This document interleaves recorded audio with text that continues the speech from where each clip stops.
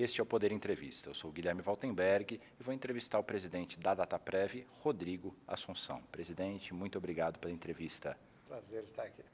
Rodrigo participou nessa terça-feira dos debates do Fórum de Competitividade 2024, cujo principal tema foi a digitalização de serviços. E eu começo nesse tema te perguntando, que é muito pertinente, né, a Dataprev, quais são hoje os principais projetos que vocês estão tocando para facilitar o acesso do cidadão aos serviços públicos? Perfeito.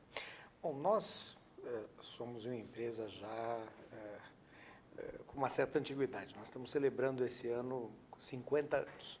Então, é uma empresa que acompanha todo o processo de introdução das novas tecnologias na sociedade brasileira e é muito focada nos dados sociais. A nossa origem junto à Previdência e todo o nosso campo de trabalho está envolvido com as políticas sociais do país.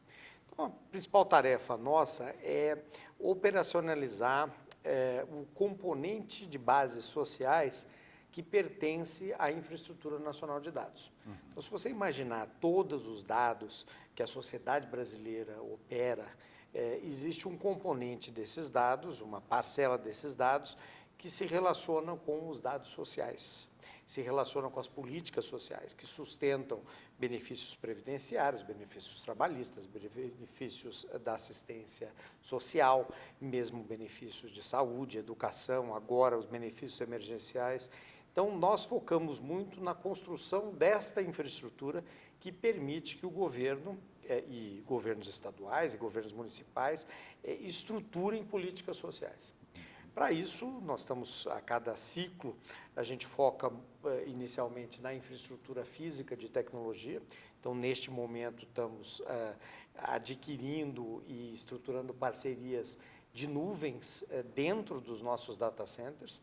Então, nós estamos colocando aí mais de 3 nuvens híbridas dentro do data center para você poder ter todos os benefícios da computação em nuvem, escalabilidade, um processo de infraestrutura just-in-time e, ao mesmo tempo, a soberania sobre esses dados, já que nós estamos falando de bases que constituem, não é nem um tesouro, eu acho que constituem algo sem o qual não há país, não há possibilidade. Você imaginar o que acontece com o nosso país, se por acaso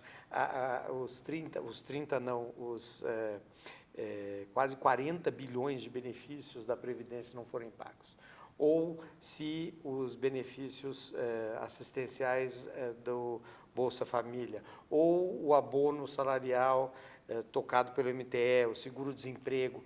E agora, por exemplo, estamos envolvidos em todos os benefícios emergenciais relacionados às inundações do Rio Grande do Sul.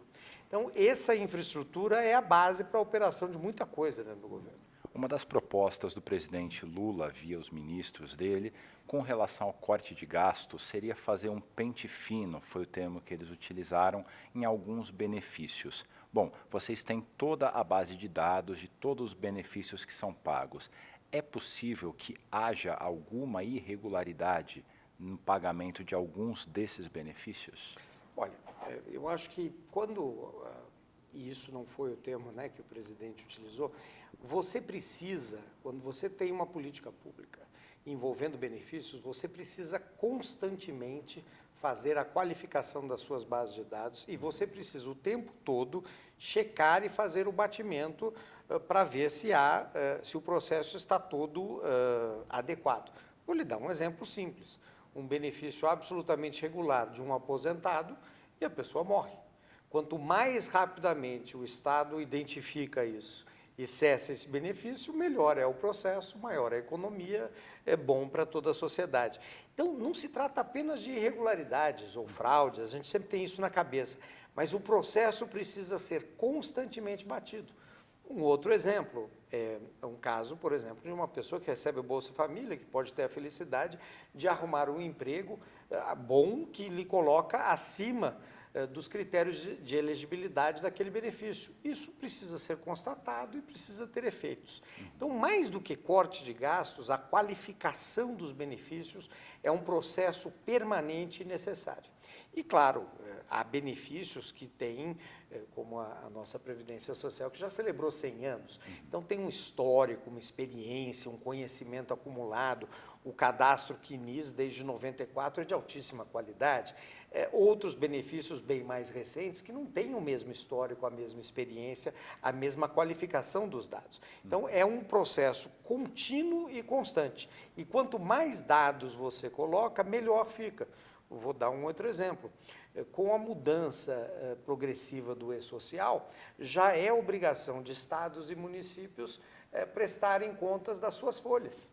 E isso impacta, por exemplo, se você não tem visibilidade disso, você não consegue ver a possibilidade de uma irregularidade envolvendo um desses funcionários públicos, de um benefício que talvez ele não seja elegível, que possa estar recebendo. Então, esses dados precisam vir para poder sensibilizar as bases e atitudes serem tomadas. Então, muito mais importante do que uma discussão de corte de gastos, é a qualificação permanente para que, como diz o presidente, a gente tenha certeza de estar pagando aquele que efetivamente tem o direito. A ideia de corte passa muito pela ideia de limitar o direito, e não é disso que se trata. É fazer essa qualificação constante para que o direito seja efetivamente reconhecido.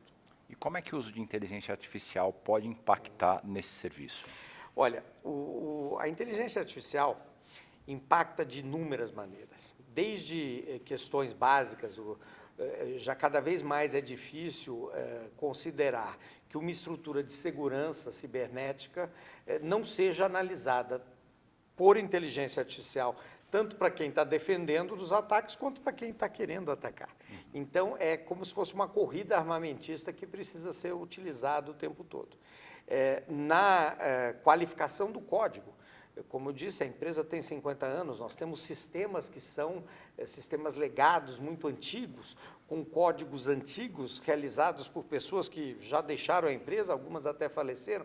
Então, o uso de inteligência artificial pode renovar esse código, pode qualificar esse código, pode documentar esse código, possibilitando uma agilidade maior. E é claro, quando a gente sempre pensa, olha, o que fazer para identificar problemas. Vou lhe dar um exemplo. Muito do que nós fazemos junto à Previdência, nos benefícios por incapacidade, passa por atestados médicos. A inteligência artificial, já estamos fazendo testes e experiências iniciais de análise desse documento. Então, desde do tradicional e conhecido interpretar o garrancho do médico, né, que é famoso, mas mais importante que isso, coisas básicas, aquele médico existe, aquele médico tem um CRM válido, aquele médico está dando um atestado relacionado à sua capacidade, à sua especialidade, aquele médico deu 200 atestados no dia, que é humanamente, digamos, desafiador, elementos como esse que vão qualificando a informação e permite que a gente aponte indícios, porque isso é muito importante a gente entender. A ideia de que tudo vai ser automatizado e que vai ser desnecessário um ser humano avaliar os processos está muito longe da realidade. Eu vou lhe dar um exemplo.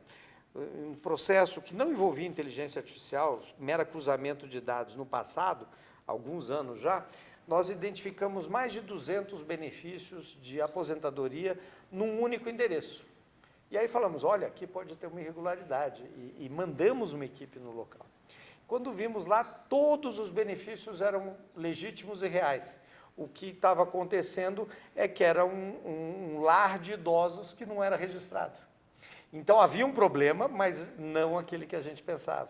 Então, os computadores, a inteligência artificial, ela pode dar indícios, mas ainda não há a ideia, ainda não há a possibilidade de que isso apontará com certeza o que está ocorrendo na face direta do relacionamento com o cidadão. Isso todo mundo pode ficar muito tranquilo que a importância da decisão humana se manterá ainda por muitos e muitos anos. Presidente, a entrevista está chegando ao fim, mas dá tempo de uma última pergunta. Existe uma ideia de fazer uma regulamentação da inteligência artificial no Congresso. parte do debate, segundo seus principais críticos, é bastante pautada nos usos negativos da inteligência artificial. Eu cito como um exemplo os deepfakes, que são aquelas imagens falsas que colocam rostos de pessoas verdadeiras em contextos irreais. É algo que tem que ser combatido, mas, por outro lado, a inteligência artificial também tem usos positivos como esses que o senhor mencionou. Como dosar a regulamentação? Pois é, eu tenho a impressão que nesse momento não é nascimento, né? A inteligência artificial, de certa maneira, até antecede a computação, é uma coisa até de várias décadas, mas essa explosão da existência, da disponibilidade comercial da inteligência artificial exige uma atenção muito redobrada. Mas eu tenho a impressão que, como na medicina tem aquele princípio de primeiro não faça o mal, né, eu acho que nesse momento há uma certa delicadeza e que nós temos que deixar as coisas um pouco florescerem. Então, primeiro, a discussão da regulamentação ela não deve ser excessivamente restritiva, que iniba o crescimento, o desenvolvimento, a competitividade, a capacidade de enfrentar problemas. Por quê? Porque o efeito negativo que a inteligência artificial pode vir a trazer, quase que certamente já está regulamentado por alguma lei. Se você usa a inteligência artificial para fazer um estelionato, já tem a lei do estelionato. Se você usa para cometer um crime, isso já está na lei. Então, eu acho que a atenção e o debate junto à sociedade são fundamentais, mas eu não vejo uma necessidade de uma pressa excessiva em discutir. O deepfake que você mencionou é algo real, que existe de fato, mas o uso nocivo da mentira, da desonestidade, da ofensa, tudo isso já existe na lei. Então, por enquanto, eu tenho a impressão que a gente pode continuar trabalhando com essas leis, digamos, consolidadas, enquanto a gente presta atenção se o desenvolvimento da IA efetivamente vai demandar uma regulação distinta a partir de um efeito imprevisto por outras leis. Chega ao final essa edição do Poder Entrevista. Em nome do Jornal Digital, eu agradeço ao Rodrigo Assunção, presidente da Dataprev. Muito obrigado. E agradeço também a todos os espectadores que acompanharam essa entrevista. E para ficar bem informado, você já sabe, inscreva-se no canal do Poder 360, ative as notificações e não perca nenhuma informação relevante. Muito obrigado e até a próxima. Poder Monitor, a ferramenta mais completa para monitorar os 3 poderes. Acesse agora poder.cc/monitor e ganhe 30 dias grátis.